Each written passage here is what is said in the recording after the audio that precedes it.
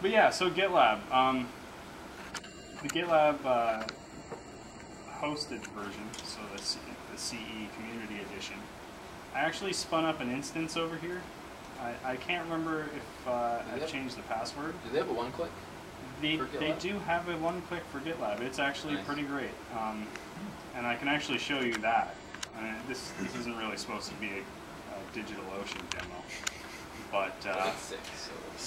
Secret DigitalOcean advertising. Yeah. If you guys want to be awesome, you could always use my referral link. Shameless self-promotion. So you select your, okay, so I'm just zipping through here. So you go to the droplet name, you call it whatever you'd like, and they've actually built it into their image building system to send the actual host name into the image, and it actually changes the name rather than giving you this weird, horrible string like some data centers do as your host name. They recommend at least a gig of, at least one CPU. I think it's a gig of RAM, at least. Actually, I have the usage here, the requirements. So one core works for under 100 users, but performance will suffer. Two cores is good, etc., and so on. Then you've got the different types of RAM, or the different RAM sizes. So it's saying 512 is a bit rough. You're going to be struggling, but you could do it. And they just recommend at least 2 gigs. It says it supports up to 1,000 users. More than we're going to need today. I don't know. I guess most of you guys have laptops here, pretty much. Well, YouTube, I guess. Oh no, mine's just on the floor next to me. Yeah, fair enough. You guys would be welcome to play with this if you want. I can leave it up for like a day or so if you want to play with it. I'll just leave the password open and I'll destroy it after a few days. But we'll spin this one up really quickly. Just close off some of these tabs. Hooray for browser-based demos! I swear, the next demo for this is going to be significantly more professional. And not done in 5 days. Well, I didn't give you a long lead time for it. No. And like trying to sort out where all the details were. Okay, so this is the guide. So they release one of these for every different version. Actually, I'll jump back to the DigitalOcean deployment in a second. But just to kind of give you a rough idea as to how much work is involved, you can actually see the tiny little scroll bar at the side as it's trying to go down the page. So there's a lot of places where you can mess this up. So they recommend you use the Omnibus package, which is maybe like marginally more complex than just doing this. But yeah, so you scroll down, you select where exactly on the planet you want it. You select the profile you want to pay for. Go down and you can choose Docker. But no, we're going to go GitLab. I'm going to install my key there. Actually, I've never actually seen the DigitalOcean interface. That's kind of cool to actually take your key and just shove that right up. And then you can just go SSH potato, and then you're in. Yeah, they've got a great RESTful API as well too. So if you wanted to, there's Salt Stack Cloud, which will allow you to pre-build your appliances like this, and you can use Salt to provision on demand to DigitalOcean, which is pretty excellent if you're used to constantly having to scale your, you save a lot of money that way. Yeah. So 30 full seconds. Oh no, but I want it now. So tagline 55 seconds. Yeah. That's pretty much that. Yeah, 55 seconds. I suppose that's pretty good for bringing up a whole imaginary computer. I suppose. Yeah. Building imaginary computers, man. Imagine thinking about that back like 20 years ago. Like struggling to get the command line to work. Alright, so that's up and running.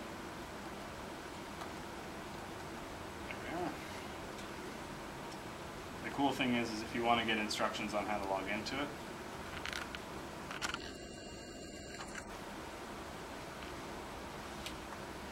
oh, it didn't work this time. It did this, or it did it just fine the other day. You jerk. So, when I logged in this morning on the image that I deployed yesterday, it actually told me the actual username and password. But GitLab uses a pretty standard base password that it forces you to immediately change. It won't even let you interact with the server until you've changed it.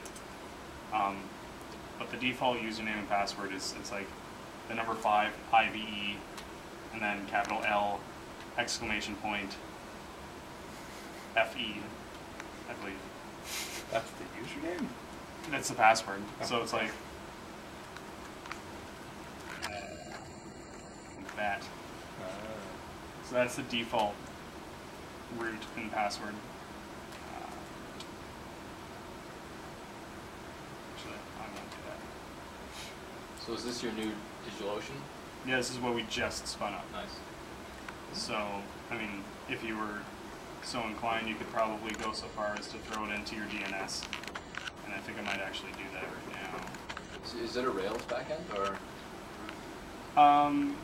GitLab is pure Rails, I believe. As far as I know, That is not the password of the IP address.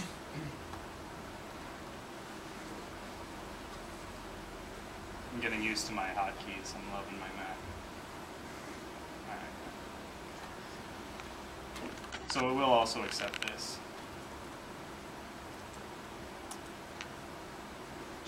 Well, it did this morning, so whatever. There are ways that you can configure that. But anyway, so 5 life. So let's type this in.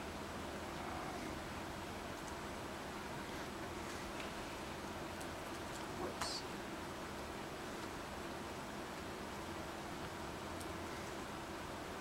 Password.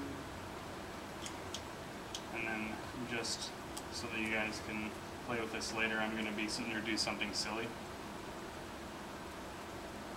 I make this password probably just to piss off my friends in InfoSec.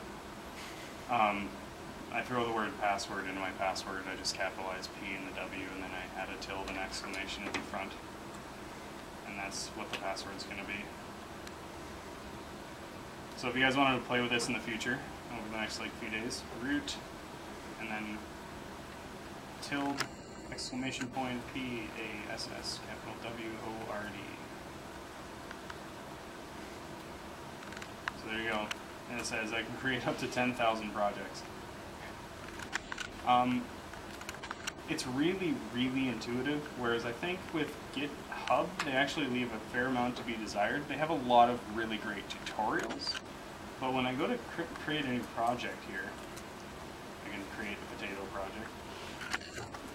Ooh, apparently I can't type today. Wow, here we go.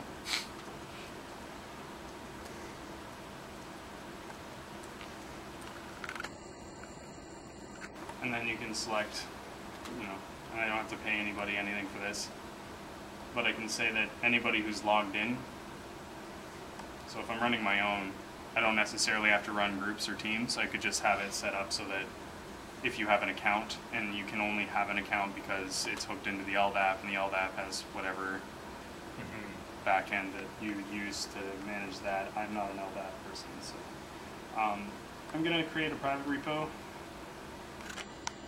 And the cool thing is the second you're off the starting block, you've already got exactly the commands you need to copy in to start your Git repository in whatever source directory you're committing. So that's kind of nice. It allows you it shows you the setup for Git. And it's just nice that it makes no assumptions. Yeah, if you already know it, you can easily ignore it, but if you don't know it, it's there to actually get you started. Precisely. Nice. And it's like, it's already crapping on me because I haven't handed it a public key. So, remind me later. So I don't like red bars, they're ugly. So you can set milestones, just like in Git. You can set deadlines for milestones. So I say, get the, I want that by tomorrow.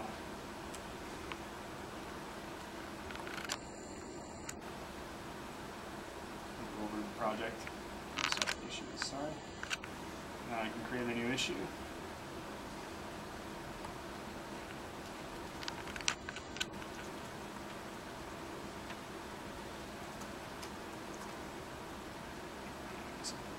My typing today is atrocious, so I can assign it to myself. There's even a button for that. Set it to get the mail. If I want, I believe there's labels. Here we go.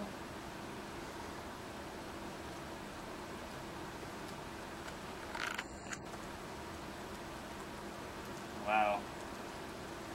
I apologize. My typing is the worst today. It's painful. Alright. Oh, I think we're all still getting the picture. Yeah. So. And I lost my ticket, so don't do that.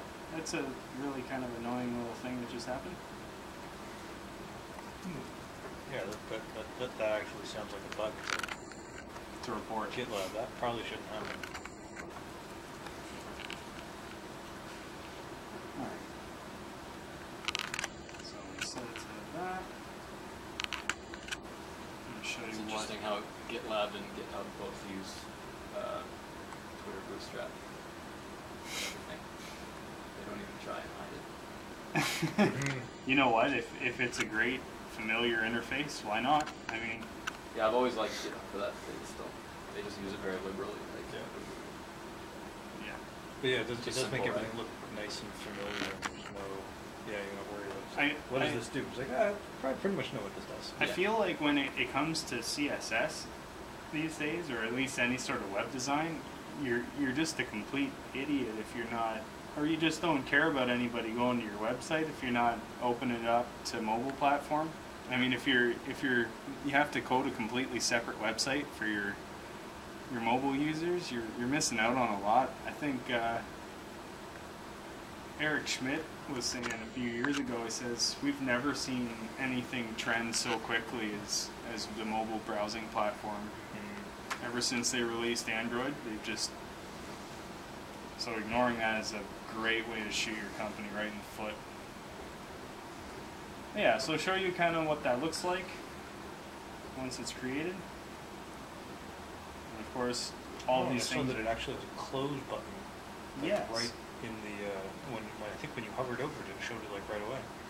Oh yeah, yeah. That's actually pretty nice. Yeah, and you can actually, now this is kind of cool in the back end. I believe I can get over to GitLab here. We're in GitLab server. Pardon me. See, there you go. It showed me the second time. Jerk. Anyway, so home, Git. So this is where it usually installed it to. Oh, interesting. Well, I guess they're putting it somewhere else, so let's see.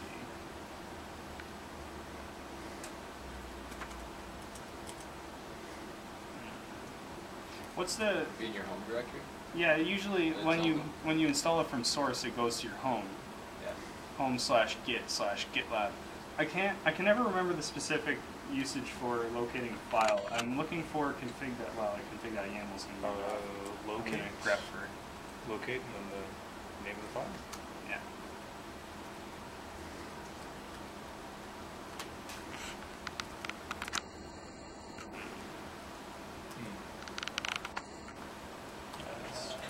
Locate GitLab will find you all of the things which are GitLab related.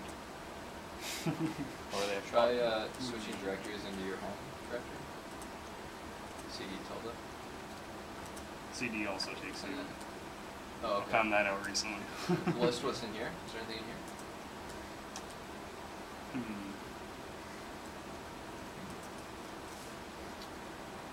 That's really odd. Listed Anyway, it in var. I can show you what it looks like in the version that I didn't get working. It says that it's working, but then when I navigate to it, there's something that I have to debug. So, I mean, I could show you, I could actually wrote a Git or a bash script that does everything that's in the tutorial in a very ugly fashion. And I put it up on Gist. I don't know if I really want to embarrass myself with that, but you guys are welcome to try that out. I will make sure to put it up somewhere in the write it down or whatever. And I'll also should give everybody the links to the tutorials and such. Yeah, we can stick them into the we'll stick them into the meetup after the fact.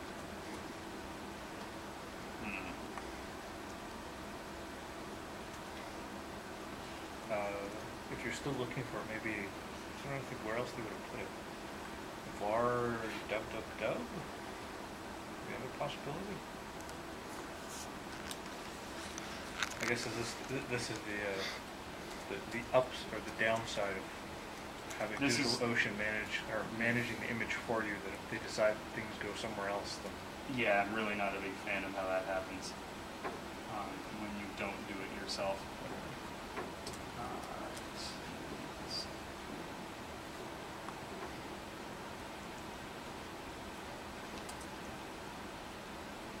This seemed easier than having to sit here and try and I know how to work with virtual machines locally, but I just find networking with them just such a pain in the butt. Alright, so home, GitLab.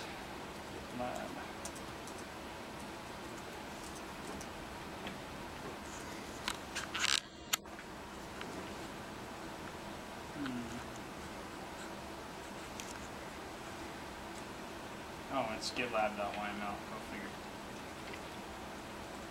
As soon as I saw it, my memory works terribly. I have to kind of, it's all queues. yeah, don't worry. That sounds very familiar. Yeah.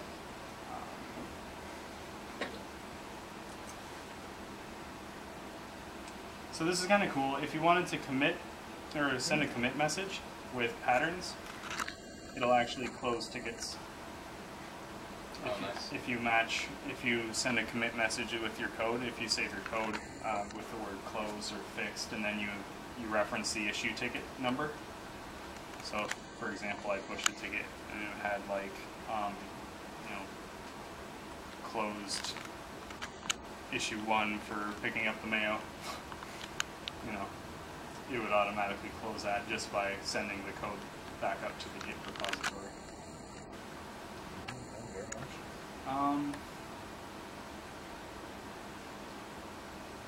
I mean, I don't know.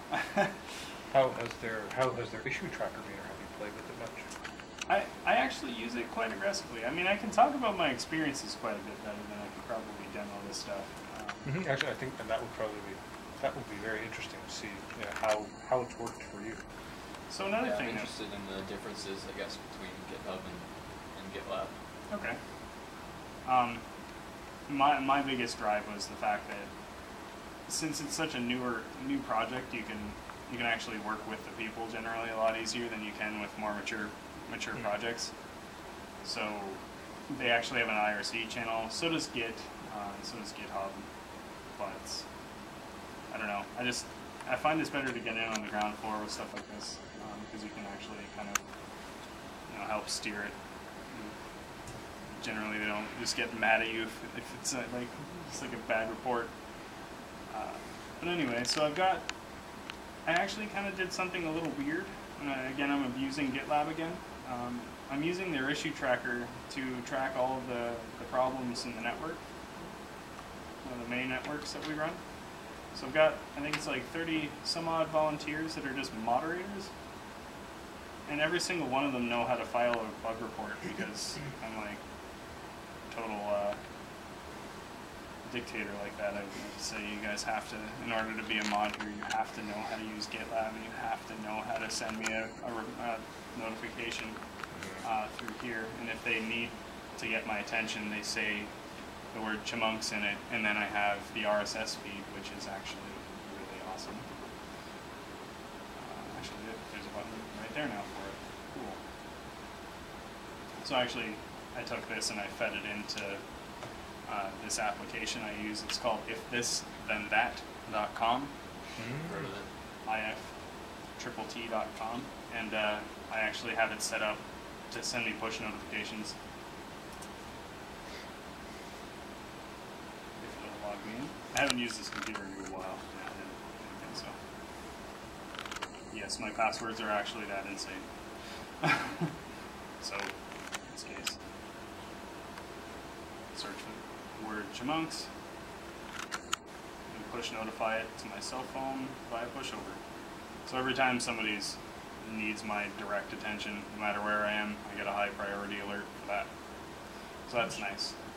I also get alerts from other projects, but that's getting a little off topic. Is there anything else you want me to kind of explain? Like, I think it'd probably be better if you guys just ask me questions at this point. Well, actually, I guess the other, have you made use of the other features, like the merge requests and the wiki stuff? Or?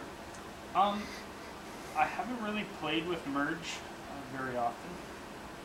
And when I do, I'm pretty bad with it because, again, I'm not a developer. Mm-hmm. So, still, like, this has been kind of teaching me how to Git. So that's been kind of nice, seeing how this goes from the ground up. Does GitHub have a trademark on pull requests? Is that why they change it? I'm guessing. What? No. No. Because that was part of Git itself, I think. Yeah, like, I think pull request was the notation they used for the patch file that we sent off to the mailing list. I wonder why they changed it. mm-hmm. Do you use milestones much? I know we use those in GitHub for like demo days, basically. It's nice. It seems to work pretty much identically to how the GitHub version does. So you can set a date, and it kind of gives you a progress bar. Take us back to that. I actually set it up to begin with, and then I kind of we went in a different direction. Wait, what? Where did it go? Where are you? You jerk. Okay. Well, I will create one. You saw me there. See, there's a milestone right there. Get the mail. Where the hell did that go? Maybe it's filtering. Well, there you go. So there's the progress bar there.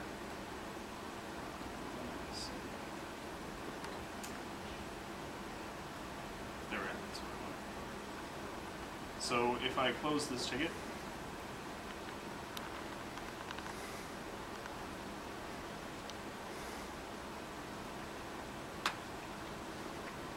and if you had a new issue.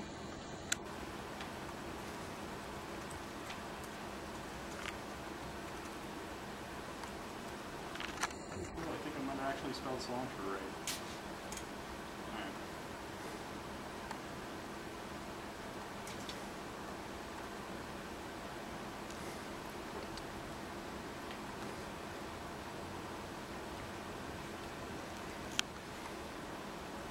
Yeah. And you could still set the date and everything there. I don't think that there's any way to do this through commits, but you can still send to close things through the actual commit messages, which is quite nice. I actually got to start using that. I didn't even know that was a feature until I was reading through the command, the GitLab.yml today. So. Oh, this was the regex for. Yeah, that wasn't there last year.